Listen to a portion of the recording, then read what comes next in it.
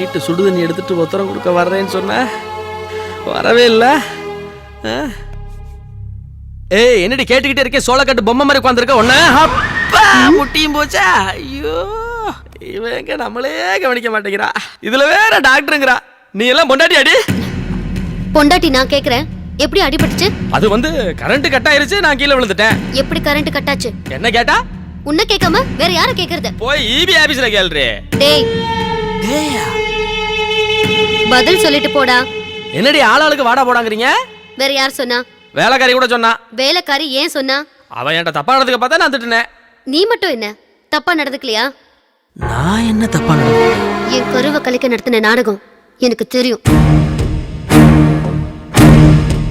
நீ புரியாம தான் சில விஷயங்களை செஞ்சுட்டு இருக்கேன்னு நினைச்சேன்.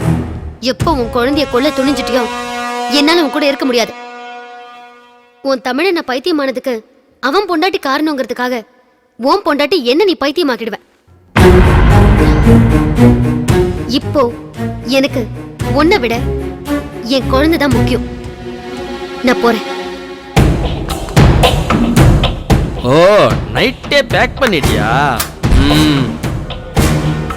ஏண்டே போறதுன்னு டிசைட் பண்ணிட்டு தான் இத்தனை தடவை வாடா போடானியா?